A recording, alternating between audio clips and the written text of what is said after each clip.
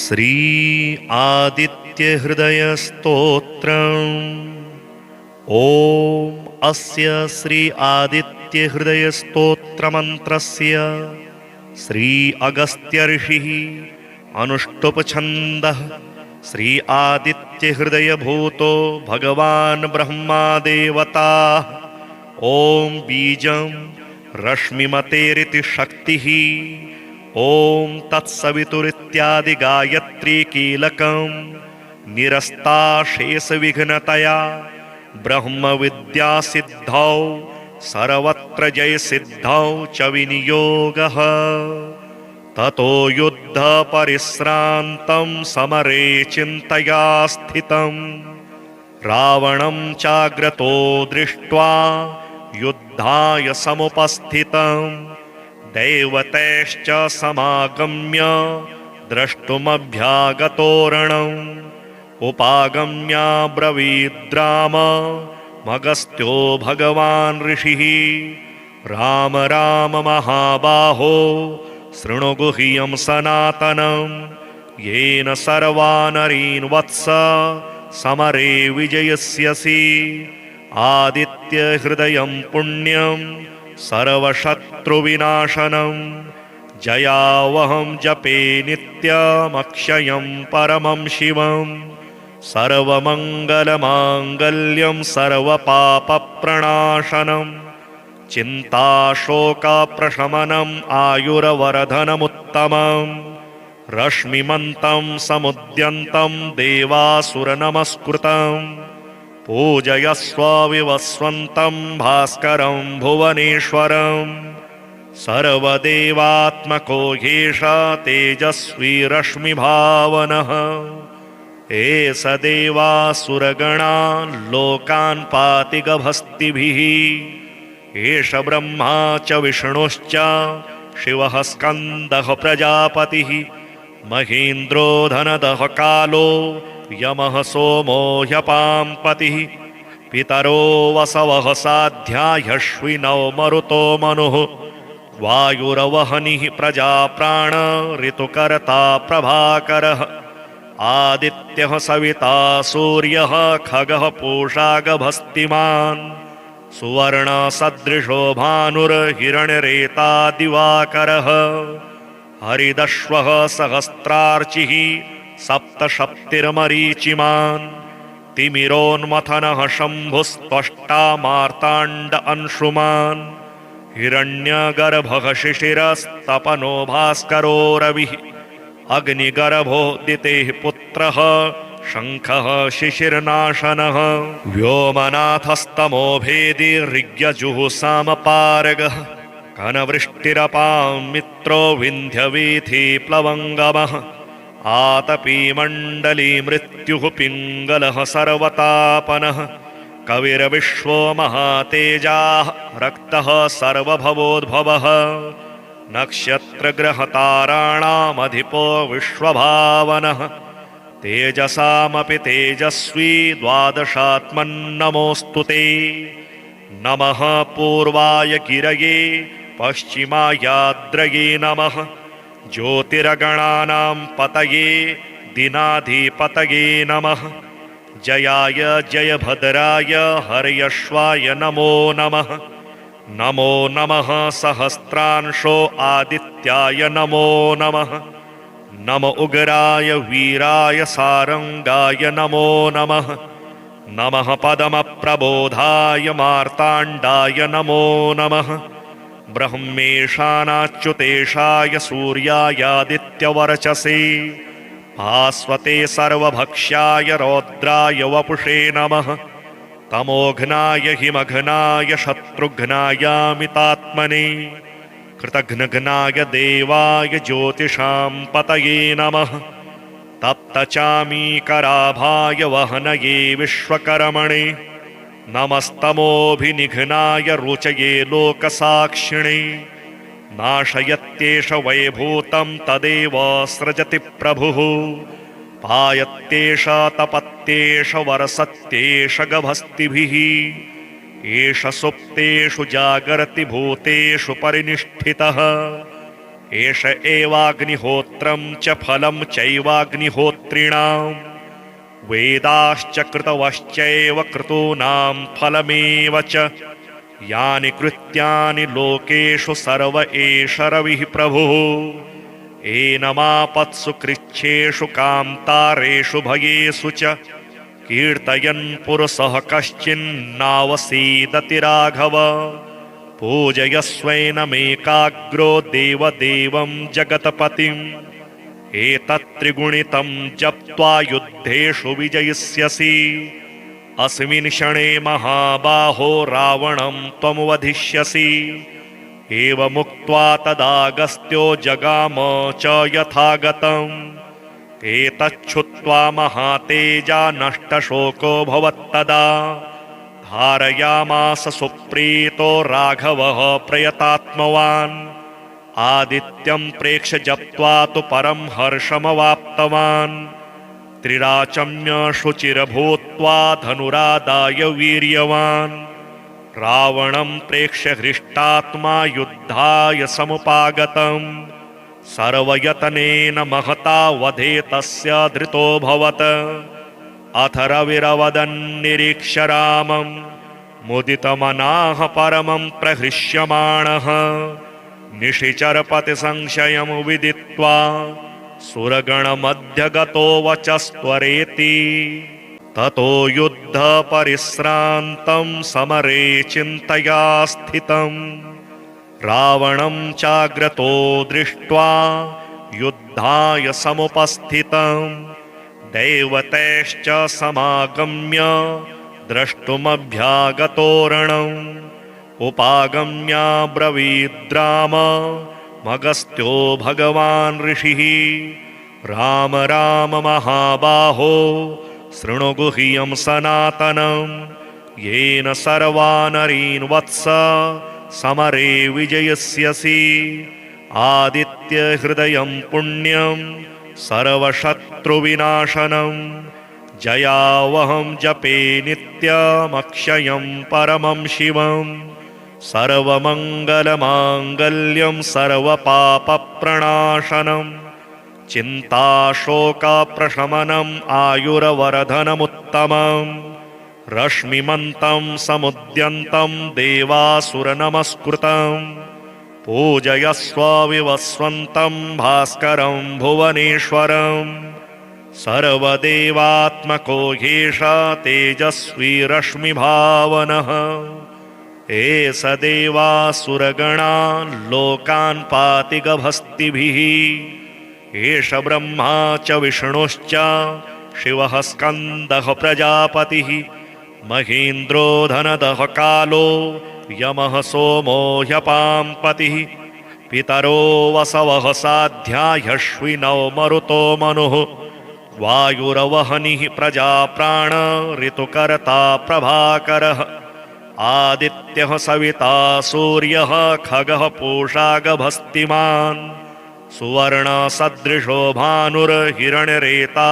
दिवाकरः हरिदश्वः सहस्रार्चिः सप्तशप्तिर्मरीचिमान् तिमिरोन्मथनः शम्भुस्त्वष्टा मार्ताण्ड अंशुमान् हिरण्यगर्भः शिशिरस्तपनो भास्करो रविः अग्निगर्भोदितेः पुत्रः शङ्खः शिशिरनाशनः व्योमनाथस्तमो भेदी ऋग्यजुः कनवृष्टिरपां मित्रो विन्ध्यवीथि प्लवङ्गमः आतपी मण्डली मृत्युः पिङ्गलः सर्वतापनः कविर्विश्वो महातेजाः रक्तः सर्वभवोद्भवः नक्षत्रग्रहताराणामधिपो विश्वभावनः तेजसामपि तेजस्वी द्वादशात्मन्नमोऽस्तु ते नमः पूर्वाय गिरये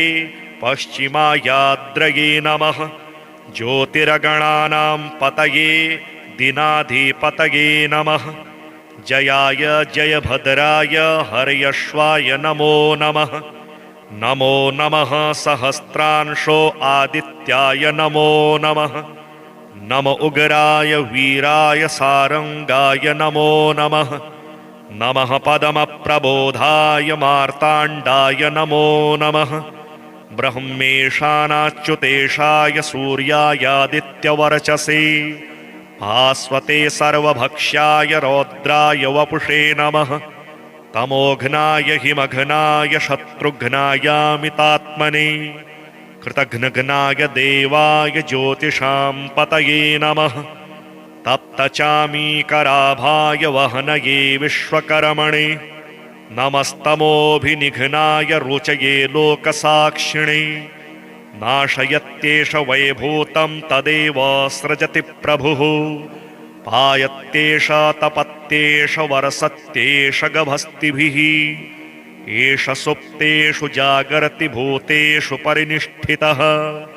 एष एवाग्निहोत्रं च फलं चैवाग्निहोत्रिणां वेदाश्च कृतवश्चैव क्रतूनां फलमेव च। यानि कृत्यानि लोकेषु सर्व एष रविः प्रभुः। एनमापत्सु कृच्छ्रेषु कान्तारेषु भयेषु च कीर्तयन् पुरुषः कश्चिन्नावसीदति राघव। पूजयस्वैनमेकाग्रो देवदेवं जगत्पतिम् एतत्त्रिगुणितं जप्त्वा युद्धेषु विजयिष्यसि। अस्मिन् क्षणे महाबाहो रावणं त्वं वधिष्यसि। एवमुक्त्वा तदागस्त्यो जगाम च यथागतम् एतच्छ्रुत्वा महातेजा नष्टशोको भवत्तदा। धारयामास सुप्रीतो राघवः प्रयतात्मवान् आदित्यं प्रेक्ष्य जप्त्वा तु परं हर्षमवाप्तवान्। त्रिराचम्य शुचिर्भूत्वा धनुरादाय वीर्यवान् रावणं प्रेक्ष्य हृष्टात्मा युद्धाय समुपागतम्।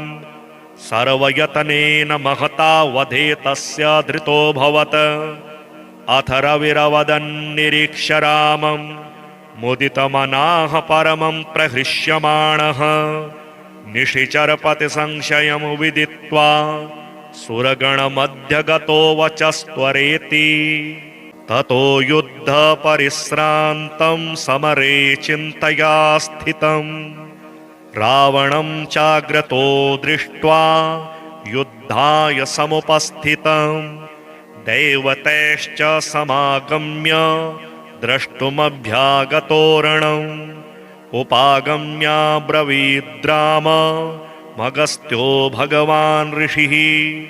राम राम महाबाहो शृणु गुह्यं सनातनम् येन सर्वानरीन् वत्स समरे विजयस्यसि।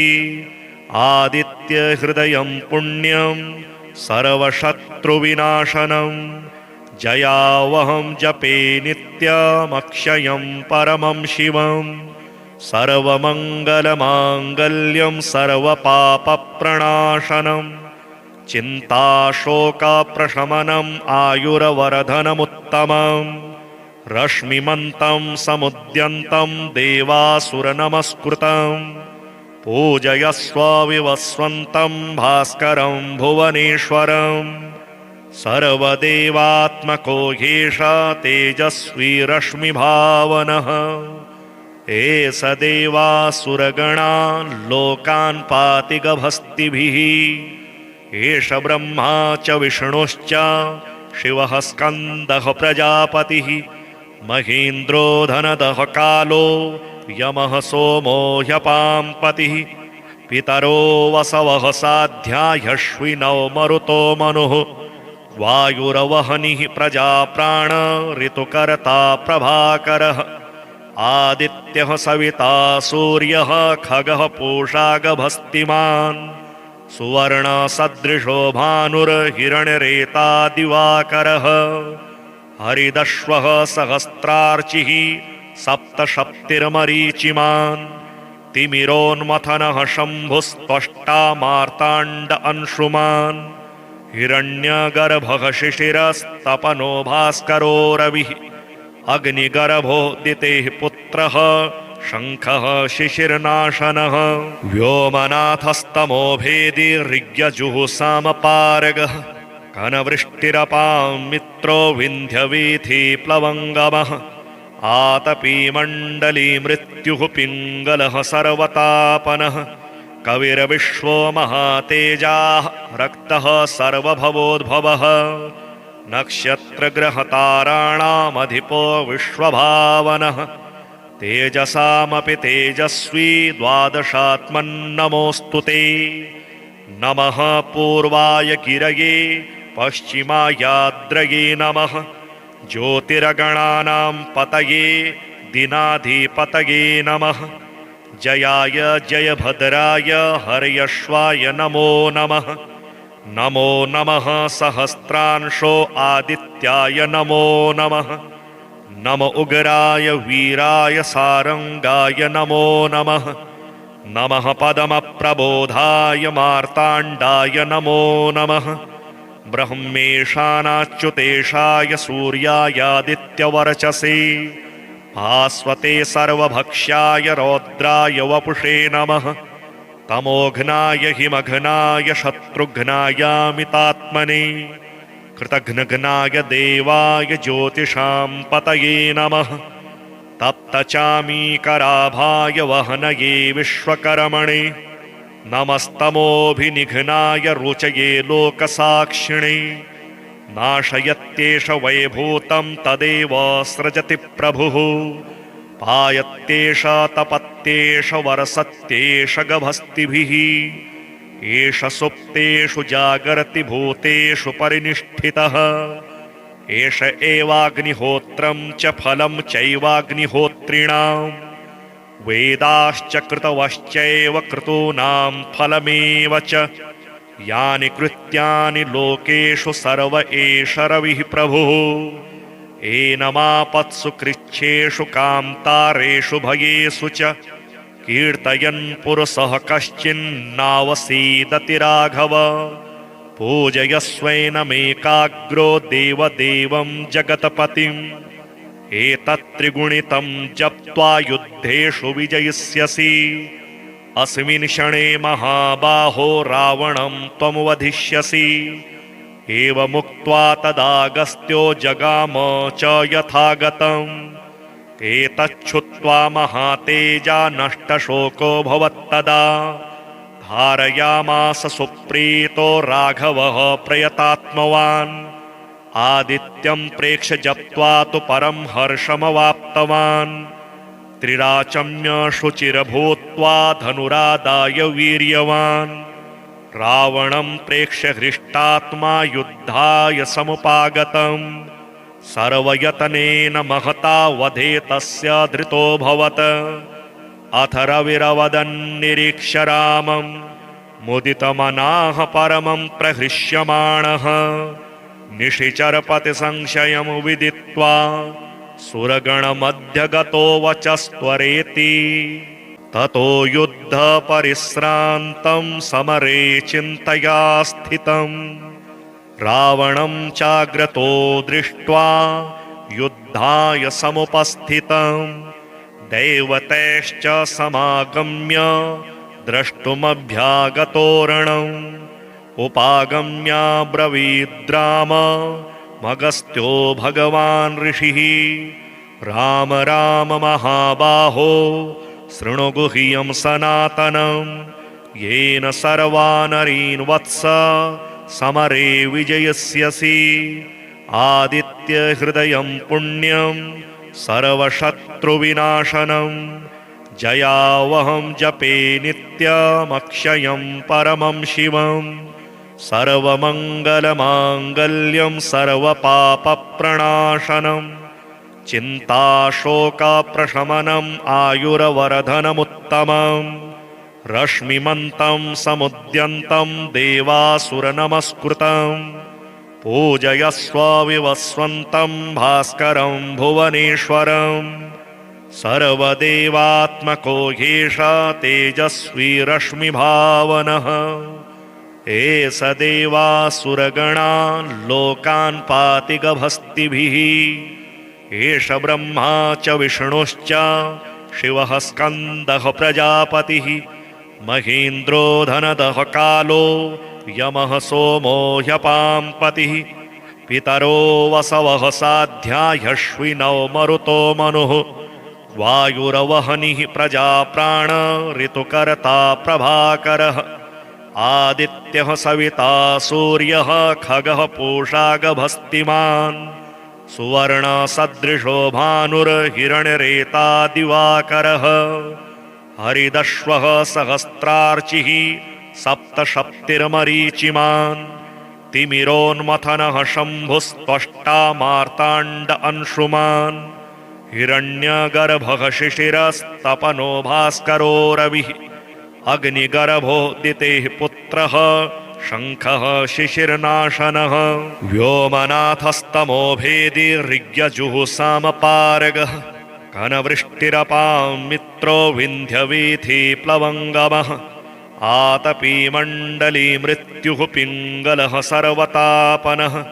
कविर्विश्वो महातेजाः रक्तः सर्वभवोद्भवः नक्षत्रग्रहताराणामधिपो विश्वभावनः तेजसामपि तेजस्वी द्वादशात्मन्नमोऽस्तु ते नमः पूर्वाय गिरये पश्चिमायाद्रये नमः ज्योतिर्गणानां पतये दिनाधिपतये नमः जयाय जयभद्राय हर्यश्वाय नमो नमः नमो नमः सहस्रांशो आदित्याय नमो नमः नम उग्राय वीराय सारंगाय नमो नमः नमः पदमप्रबोधाय मार्ताण्डाय नमो नमः ब्रह्मेशानाच्युतेशाय सूर्यायादित्यवर्चसे भास्वते सर्वभक्ष्याय रौद्राय वपुषे नमः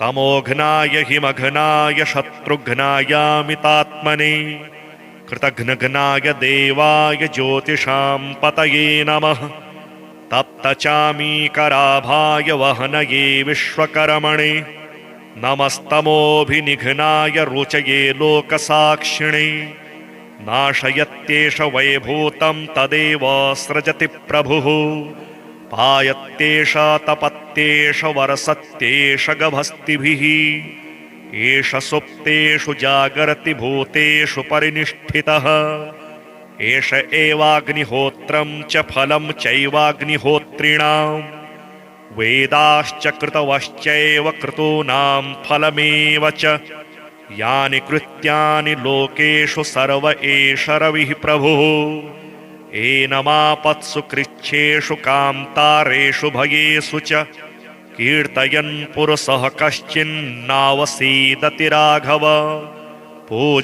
पूजयस्वैनमेकाग्रो देवदेवं जगत्पतिम् एतत्त्रिगुणितं जप्त्वा युद्धेषु विजयिष्यसि अस्मिन् क्षणे महाबाहो रावणं त्वं वधिष्यसि एवमुक्त्वा तदागस्त्यो जगाम च यथागतम् एतच्छुत्वा महातेजा नष्टशोको भवत्तदा धारयामास सुप्रीतो राघवः प्रयतात्मवान् आदित्यं प्रेक्ष्य जप्त्वा तु परं हर्षमवाप्तवान् त्रिराचम्य शुचिर्भूत्वा धनुरादाय वीर्यवान् रावणं प्रेक्ष्य हृष्टात्मा युद्धाय समुपागतम् सर्वयतनेन महता वधे तस्य धृतोऽभवत् अथ रविरवदन्निरीक्ष्य रामं मुदितमनाः परमं प्रहृष्यमाणः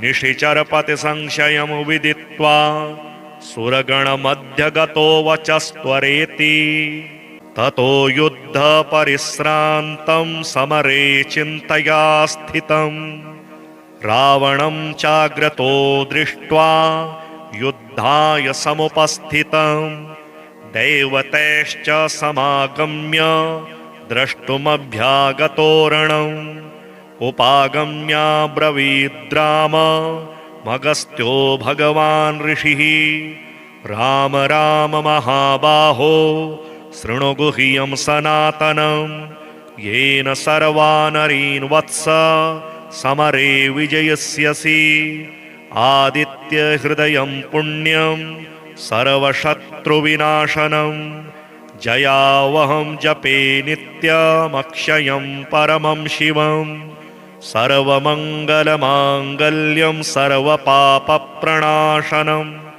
चिन्ताशोकप्रशमनम् आयुर्वर्धनमुत्तमम् रश्मिमन्तं समुद्यन्तं देवासुरनमस्कृतं पूजयस्व विवस्वन्तं भास्करं भुवनेश्वरं सर्वदेवात्मको ह्येष तेजस्वी रश्मिभावनः एष देवासुरगणान् लोकान् पाति गभस्तिभिः एष ब्रह्मा च विष्णुश्च शिवः स्कन्दः प्रजापतिः महेन्द्रो धनदः कालो यमः सोमो ह्यपाम्पतिः पितरो वसवः साध्याह्यश्विनौ मरुतो मनुः वायुरवहनिः प्रजाप्राण ऋतुकर्ता प्रभाकरः आदित्यः सविता सूर्यः खगः पूषा गभस्तिमान् सुवर्णसदृशो भानुर्हिरण्यरेता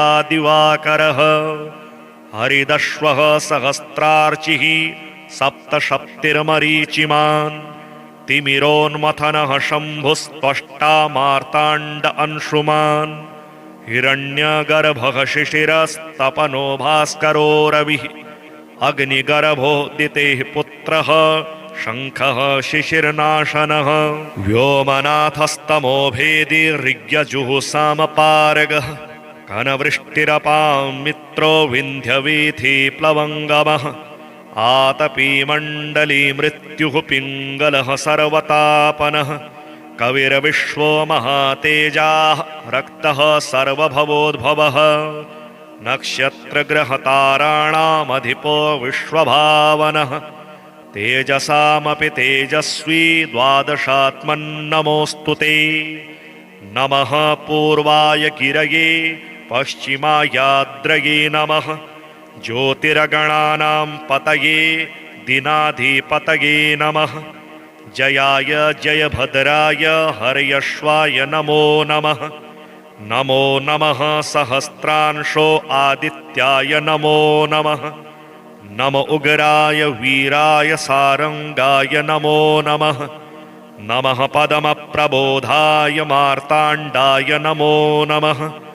ब्रह्मेशानाच्युतेशाय सूर्यायादित्यवर्चसे भास्वते सर्वभक्ष्याय रौद्राय वपुषे नमः तमोघ्नाय हिमघ्नाय शत्रुघ्नायामितात्मने कृतघ्नघ्नाय देवाय ज्योतिषां पतये नमः तप्तचामीकराभाय वहनये विश्वकर्मणे नमस्तमोभिनिघ्नाय रुचये लोकसाक्षिणे नाशयत्येष वैभूतं तदेव सृजति प्रभुः पायत्येष तपत्येष वरसत्येष गभस्तिभिः एष सुप्तेषु जागर्ति भूतेषु परिनिष्ठितः एष एवाग्निहोत्रं च फलं चैवाग्निहोत्रिणां वेदाश्च कृतवश्चैव क्रतूनां फलमेव च यानि कृत्यानि लोकेषु सर्व एष रविः प्रभुः एनमापत्सु कृच्छ्रेषु कान्तारेषु भयेषु च कीर्तयन् पुरुषः कश्चिन्नावसीदति राघव पूजयस्वैनमेकाग्रो देवदेवं जगत्पतिम् एतत्त्रिगुणितं जप्त्वा युद्धेषु विजयिष्यसि अस्मिन् क्षणे महाबाहो रावणं त्वं वधिष्यसि एवमुक्त्वा तदागस्त्यो जगाम च यथागतम् एतच्छुत्वा महातेजा नष्टशोको भवत्तदा धारयामास सुप्रीतो राघवः प्रयतात्मवान् आदित्यं प्रेक्ष्य जप्त्वा तु परं हर्षमवाप्तवान् त्रिराचम्य शुचिर्भूत्वा धनुरादाय वीर्यवान् रावणं प्रेक्ष्य हृष्टात्मा युद्धाय समुपागतम् सर्वयतनेन महता वधे तस्य धृतोऽभवत् अथ रविरवदन्निरीक्ष्य रामं मुदितमनाः परमं प्रहृष्यमाणः निशिचरपतिसंशयं विदित्वा सुरगणमध्यगतो वचस्त्वरेति ततो युद्धपरिश्रान्तं समरे चिन्तया स्थितम् रावणं चाग्रतो दृष्ट्वा युद्धाय समुपस्थितम् दैवतैश्च समागम्य द्रष्टुमभ्यागतोरणम् उपागम्याब्रवीद्राम मगस्त्यो भगवान् ऋषिः राम राम महाबाहो शृणु गुह्यं सनातनं येन सर्वानरीन् वत्स समरे विजयस्यसि आदित्यहृदयं पुण्यं सर्वशत्रुविनाशनं जयावहं जपे नित्यमक्षयं परमं शिवं सर्वमङ्गलमाङ्गल्यं सर्वपापप्रणाशनं चिन्ताशोकप्रशमनम् आयुर्वर्धनमुत्तमम् रश्मिमन्तं समुद्यन्तं देवासुरनमस्कृतं पूजयस्व विवस्वन्तं भास्करं भुवनेश्वरं सर्वदेवात्मको ह्येष तेजस्वी रश्मिभावनः एष देवासुरगणा लोकान् पाति गभस्तिभिः एष ब्रह्मा च विष्णुश्च शिवः स्कन्दः प्रजापतिः महेन्द्रो धनदः कालो यमः सोमो ह्यपाम्पतिः पितरो वसवः साध्याह्यश्विनौ मरुतो मनुः वायुरवहनिः प्रजाप्राण ऋतुकर्ता प्रभाकरः आदित्यः सविता सूर्यः खगः पूषा गभस्तिमान् सुवर्णसदृशो भानुर्हिरण्यरेता दिवाकरः हरिदश्वः सहस्रार्चिः सप्तशप्तिर्मरीचिमान् तिमिरोन्मथनः शम्भुस्त्वष्टा मार्ताण्ड अंशुमान् हिरण्यगर्भः शिशिरस्तपनो भास्करो रविः अग्निगर्भोदितेः पुत्रः शङ्खः शिशिरनाशनः व्योमनाथस्तमो भेदी ऋग्यजुः सामपारगः घनवृष्टिरपां मित्रो विन्ध्यवीथि प्लवङ्गमः आतपीमण्डली मृत्युः पिङ्गलः सर्वतापनः कविर्विश्वो महातेजाः रक्तः सर्वभवोद्भवः नक्षत्रग्रहताराणामधिपो विश्वभावनः तेजसामपि तेजस्वी द्वादशात्मन्नमोऽस्तु ते नमः पूर्वाय गिरये पश्चिमायाद्रये नमः ज्योतिर्गणानां पतये दिनाधिपतये नमः जयाय जयभद्राय हर्यश्वाय नमो नमः नमो नमः सहस्रांशो आदित्याय नमो नमः नम उग्राय वीराय सारंगाय नमो नमः नमः पदमप्रबोधाय मार्ताण्डाय नमो नमः ब्रह्मेशानाच्युतेशाय सूर्यायादित्यवर्चसे भास्वते सर्वभक्ष्याय रौद्राय वपुषे नमः तमोघ्नाय हिमघ्नाय शत्रुघ्नायामितात्मने कृतघ्नघ्नाय देवाय ज्योतिषां पतये नमः तप्तचामीकराभाय वहनये विश्वकर्मणे नमस्तमोभिनिघ्नाय रुचये लोकसाक्षिणे नाशयत्येष वैभूतं तदेव सृजति प्रभुः पायत्येष तपत्येष वरसत्येष गभस्तिभिः एष सुप्तेषु जागर्ति भूतेषु परिनिष्ठितः एष एवाग्निहोत्रं च फलं चैवाग्निहोत्रिणां वेदाश्च कृतवश्चैव क्रतूनां फलमेव च यानि कृत्यानि लोकेषु सर्व एष रविः प्रभुः एनमापत्सु कृच्छ्रेषु कान्तारेषु भयेषु च कीर्तयन् पुरुषः कश्चिन्नावसीदति राघव पूजयस्वैनमेकाग्रो देवदेवं जगत्पतिम् एतत्त्रिगुणितं जप्त्वा युद्धेषु विजयिष्यसि अस्मिन् क्षणे महाबाहो रावणं त्वं वधिष्यसि। एवमुक्त्वा तदागस्त्यो जगाम च यथागतम्। एतच्छ्रुत्वा महातेजा नष्टशोको भवत्तदा। धारयामास सुप्रीतो राघवः प्रयतात्मवान्। आदित्यं प्रेक्ष्य जप्त्वा तु परं हर्षमवाप्तवान्। त्रिराचम्य शुचिर्भूत्वा धनुरादाय वीर्यवान्। रावणं प्रेक्ष्य हृष्टात्मा युद्धाय समुपागतम्। सर्वयतनेन महता वधे तस्य धृतोऽभवत्। अथ रविरवदन्निरीक्ष्य रामं मुदितमनाः परमं प्रहृष्यमाणः। निशिचरपतिसंशयं विदित्वा सुरगणमध्यगतो वचस्त्वरेति। ततो युद्धपरिश्रान्तं समरे चिन्तया स्थितम्। रावणं चाग्रतो दृष्ट्वा युद्धाय समुपस्थितम्। दैवतैश्च समागम्य द्रष्टुमभ्यागतोरणम्। उपागम्याब्रवीद्राम मगस्त्यो भगवान् ऋषिः। राम राम महाबाहो शृणु गुह्यं सनातनम्। येन सर्वानरीन् वत्स समरे विजयस्यसि।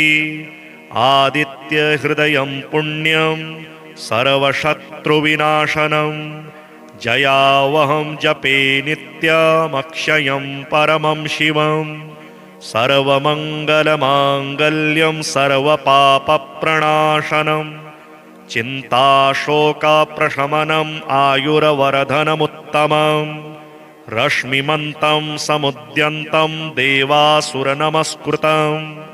पूजयस्व विवस्वन्तं भास्करं भुवनेश्वरम्।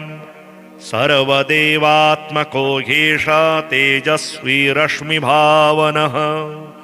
एष देवासुरगणान् लोकान् पाति गभस्तिभिः। एष ब्रह्मा च विष्णुश्च शिवः स्कन्दः प्रजापतिः। महेन्द्रो धनदः कालो यमः सोमो ह्यपाम्पतिः। पितरो वसवः साध्याह्यश्विनौ मरुतो मनुः। वायुरवहनिः प्रजाप्राण ऋतुकर्ता प्रभाकरः। आदित्यः सविता सूर्यः खगः पूषा गभस्तिमान्। सुवर्णसदृशो भानुर्हिरण्यरेता दिवाकरः। हरिदश्वः सहस्रार्चिः सप्तशप्तिर्मरीचिमान्। तिमिरोन्मथनः शम्भुस्त्वष्टा मार्ताण्ड अंशुमान्। हिरण्यगर्भः शिशिरस्तपनो भास्करो रविः। अग्निगर्भोदितेः पुत्रः शङ्खः शिशिरनाशनः। व्योमनाथस्तमो भेदी ऋग्यजुः कनवृष्टिरपां मित्रो विन्ध्यवीथि प्लवङ्गमः। आतपीमण्डली मृत्युः पिङ्गलः सर्वतापनः। कविर्विश्वो महातेजाः रक्तः सर्वभवोद्भवः। नक्षत्रग्रहताराणामधिपो विश्वभावनः। तेजसामपि तेजस्वी द्वादशात्मन्नमोऽस्तु ते। नमः पूर्वाय गिरये पश्चिमायाद्रये नमः। ज्योतिर्गणानां पतये दिनाधिपतये नमः। जयाय जयभद्राय हर्यश्वाय नमो नमः। नमो नमः सहस्रांशो आदित्याय नमो नमः। नम उग्राय वीराय सारंगाय नमो नमः। नमः पदमप्रबोधाय मार्ताण्डाय नमो नमः। ब्रह्मेशानाच्युतेशाय सूर्यायादित्यवर्चसे। भास्वते सर्वभक्ष्याय रौद्राय वपुषे नमः। तमोघ्नाय हिमघ्नाय शत्रुघ्नायामितात्मने। कृतघ्नघ्नाय देवाय ज्योतिषां पतये नमः। तप्तचामीकराभाय वहनये विश्वकर्मणे। नमस्तमोभिनिघ्नाय रुचये लोकसाक्षिणे। नाशयत्येष वैभूतं तदेव सृजति प्रभुः पायत्येष तपत्येष वरसत्येष गभस्तिभिः एष सुप्तेषु जागर्ति भूतेषु परिनिष्ठितः एष एवाग्निहोत्रं च फलं चैवाग्निहोत्रिणाम् वेदाश्च कृतवश्चैव क्रतूनां फलमेव च यानि कृत्यानि लोकेषु सर्व एष रविः प्रभुः एनमापत्सु कृच्छ्रेषु कान्तारेषु भयेषु च कीर्तयन् पुरुषः कश्चिन्नावसीदति राघव पूजयस्वैनमेकाग्रो देवदेवं जगत्पतिम् एतत्त्रिगुणितं जप्त्वा युद्धेषु विजयिष्यसि अस्मिन् क्षणे महाबाहो रावणं त्वं वधिष्यसि एवमुक्त्वा तदागस्त्यो जगाम च यथागतम् एतच्छ्रुत्वा महातेजा नष्टशोको भवत्तदा धारयामास सुप्रीतो राघवः प्रयतात्मवान् आदित्यं प्रेक्ष्य जप्त्वा तु परं हर्षमवाप्तवान् त्रिराचम्य शुचिर्भूत्वा धनुरादाय वीर्यवान् रावणं प्रेक्ष्य हृष्टात्मा युद्धाय समुपागतम् सर्वयतनेन महता वधे तस्य धृतोऽभवत् अथ रविरवदन्निरीक्ष्य रामं मुदितमनाः परमं प्रहृष्यमाणः निशिचरपतिसंशयं विदित्वा सुरगणमध्यगतो वचस्त्वरेति ततो युद्धपरिश्रान्तं समरे चिन्तया स्थितम् रावणं चाग्रतो दृष्ट्वा युद्धाय समुपस्थितम् दैवतैश्च समागम्य द्रष्टुमभ्यागतोरणम् उपागम्याब्रवीद्राम मगस्त्यो भगवान् ऋषिः राम राम महाबाहो शृणु गुह्यं सनातनं येन सर्वानरीन् वत्स समरे विजयस्यसि आदित्यहृदयं पुण्यं सर्वशत्रुविनाशनं जयावहं जपे नित्यमक्षयं परमं शिवम् सर्वमङ्गलमाङ्गल्यं सर्वपापप्रणाशनं चिन्ताशोकप्रशमनम् आयुर्वर्धनमुत्तमम् रश्मिमन्तं समुद्यन्तं देवासुरनमस्कृतं पूजयस्व विवस्वन्तं भास्करं भुवनेश्वरं सर्वदेवात्मको ह्येष तेजस्वी रश्मिभावनः एष देवासुरगणान् लोकान् पाति गभस्तिभिः एष ब्रह्मा च विष्णुश्च शिवः स्कन्दः प्रजापतिः महेन्द्रो धनदः कालो यमः सोमो ह्यपाम्पतिः पितरो वसवः साध्याह्यश्विनौ मरुतो मनुः वायुरवहनिः प्रजाप्राण ऋतुकर्ता प्रभाकरः आदित्यः सविता सूर्यः खगः पूषा गभस्तिमान् सुवर्णसदृशो भानुर्हिरण्यरेता दिवाकरः हरिदश्वः सहस्रार्चिः सप्तशप्तिर्मरीचिमान् तिमिरोन्मथनः शम्भुस्त्वष्टा मार्ताण्ड अंशुमान् हिरण्यगर्भः शिशिरस्तपनो भास्करो रविः अग्निगर्भोदितेः पुत्रः शङ्खः शिशिरनाशनः व्योमनाथस्तमो भेदी ऋग्यजुः कनवृष्टिरपां मित्रो विन्ध्यवीथि प्लवङ्गमः आतपीमण्डली मृत्युः पिङ्गलः सर्वतापनः कविर्विश्वो महातेजाः रक्तः सर्वभवोद्भवः नक्षत्रग्रहताराणामधिपो विश्वभावनः तेजसामपि तेजस्वी द्वादशात्मन्नमोऽस्तु ते नमः पूर्वाय गिरये पश्चिमायाद्रये नमः ज्योतिर्गणानां पतये दिनाधिपतये नमः जयाय जयभद्राय हर्यश्वाय नमो नमः। नमो नमः सहस्रांशो आदित्याय नमो नमः। नम उग्राय वीराय सारंगाय नमो नमः। नमः पदमप्रबोधाय मार्ताण्डाय नमो नमः। ब्रह्मेशानाच्युतेशाय सूर्यायादित्यवर्चसे भास्वते सर्वभक्ष्याय रौद्राय वपुषे नमः। तमोघ्नाय हिमघ्नाय शत्रुघ्नायामितात्मने कृतघ्नघ्नाय देवाय ज्योतिषां पतये नमः। तप्तचामीकराभाय वहनये विश्वकर्मणे नमस्तमोभिनिघ्नाय रुचये लोकसाक्षिणे। नाशयत्येष वैभूतं तदेव सृजति प्रभुः। पायत्येष तपत्येष वरसत्येष गभस्तिभिः। एष सुप्तेषु जागर्ति भूतेषु परिनिष्ठितः। एष एवाग्निहोत्रं च फलं चैवाग्निहोत्रिणां। वेदाश्च कृतवश्चैव क्रतूनां फलमेव च। यानि कृत्यानि लोकेषु सर्व एष रविः प्रभुः। एनमापत्सु कृच्छ्रेषु कान्तारेषु भयेषु च। कीर्तयन् पुरुषः कश्चिन्नावसीदति राघव। पूजयस्वैनमेकाग्रो देवदेवं जगत्पतिम्। एतत्त्रिगुणितं जप्त्वा युद्धेषु विजयिष्यसि।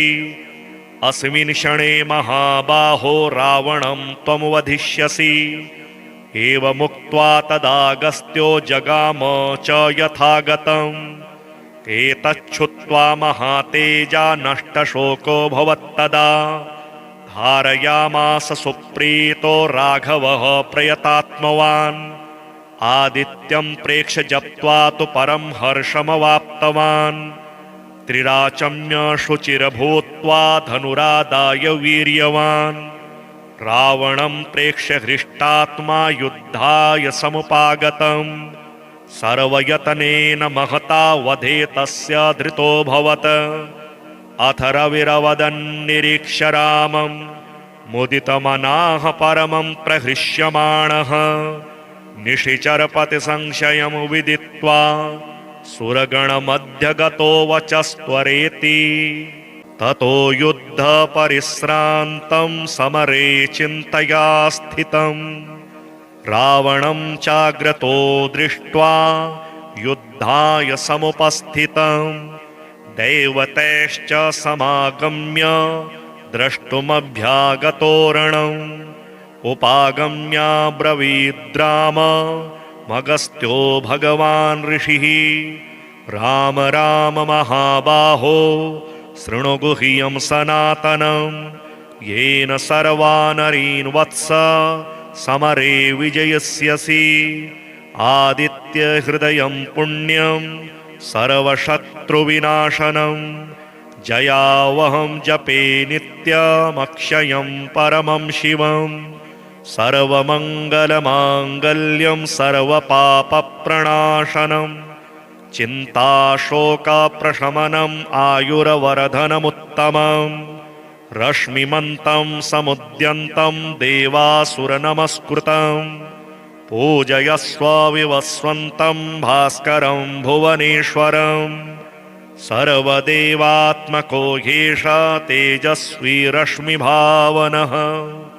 एष देवासुरगणा लोकान् पाति गभस्तिभिः। एष ब्रह्मा च विष्णुश्च शिवः स्कन्दः प्रजापतिः। महेन्द्रो धनदः कालो यमः सोमो ह्यपाम्पतिः। पितरो वसवः साध्याह्यश्विनौ मरुतो मनुः। वायुरवहनिः प्रजाप्राण ऋतुकर्ता प्रभाकरः। आदित्यः सविता सूर्यः खगः पूषा गभस्तिमान्। सुवर्णसदृशो भानुर्हिरण्यरेता दिवाकरः। हरिदश्वः सहस्रार्चिः सप्तशप्तिर्मरीचिमान्। तिमिरोन्मथनः शम्भुस्त्वष्टा मार्ताण्ड अंशुमान्। हिरण्यगर्भः शिशिरस्तपनो भास्करो रविः अग्निगर्भोदितेः पुत्रः शङ्खः शिशिरनाशनः व्योमनाथस्तमो भेदी ऋग्यजुः सामपारगः घनवृष्टिरपां मित्रो विन्ध्यवीथि प्लवङ्गमः आतपी मण्डली मृत्युः पिङ्गलः सर्वतापनः कविर्विश्वो महातेजाः रक्तः सर्वभवोद्भवः नक्षत्रग्रहताराणामधिपो विश्वभावनः तेजसामपि तेजस्वी द्वादशात्मन्नमोऽस्तु ते नमः पूर्वाय गिरये पश्चिमायाद्रये नमः ज्योतिरगणानां पतये दिनाधिपतये नमः जयाय जयभद्राय हर्यश्वाय नमो नमः नमो नमः सहस्रांशो आदित्याय नमो नमः नम उग्राय वीराय सारंगाय नमो नमः नमः पदमप्रबोधाय मार्ताण्डाय नमो नमः ब्रह्मेशानाच्युतेशाय सूर्यायादित्यवर्चसे भास्वते सर्वभक्ष्याय रौद्राय वपुषे नमः तमोघ्नाय हिमघ्नाय शत्रुघ्नायामितात्मने कृतघ्नघ्नाय देवाय ज्योतिषां पतये नमः तप्तचामीकराभाय वहनये विश्वकर्मणे नमस्तमोभिनिघ्नाय रुचये लोकसाक्षिणे नाशयत्येष वैभूतं तदेव सृजति प्रभुः पायत्येष तपत्येष वरसत्येष गभस्तिभिः एष सुप्तेषु जागर्ति भूतेषु परिनिष्ठितः एष एवाग्निहोत्रं च फलं चैवाग्निहोत्रिणाम् वेदाश्च कृतवश्चैव क्रतूनां फलमेव च यानि कृत्यानि लोकेषु सर्व एष रविः प्रभुः एनमापत्सु कृच्छ्रेषु कान्तारेषु भयेषु च कीर्तयन् पुरुषः कश्चिन्नावसीदति राघव पूजयस्वैनमेकाग्रो देवदेवं जगत्पतिम् एतत्त्रिगुणितं जप्त्वा युद्धेषु विजयिष्यसि अस्मिन् क्षणे महाबाहो रावणं त्वं वधिष्यसि एवमुक्त्वा तदागस्त्यो जगाम च यथागतम् एतच्छुत्वा महातेजा नष्टशोको भवत्तदा धारयामास सुप्रीतो राघवः प्रयतात्मवान् आदित्यं प्रेक्ष्य जप्त्वा तु परं हर्षमवाप्तवान् त्रिराचम्य शुचिर्भूत्वा धनुरादाय वीर्यवान् रावणं प्रेक्ष्य हृष्टात्मा युद्धाय समुपागतम् सर्वयतनेन महता वधे तस्य धृतोऽभवत् अथ रविरवदन्निरीक्ष्य रामं मुदितमनाः परमं प्रहृष्यमाणः निशिचरपति संशयं विदित्वा सुरगणमध्यगतो वचस्त्वरेति।